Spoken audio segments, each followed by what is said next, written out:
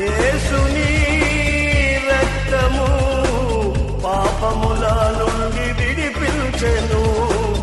యేసుని రక్తము పాపముల నుండి విడిపించెను. వేయి నోళ్లతో స్తుతించినాను, తీర్చలేము ఆ రుణమును.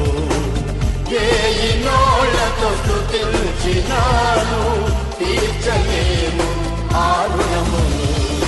ఆనంద యాత్ర ఇది, ఆత్మీయ యాత్ర. యేసుతో నూతన యెరూషలేము.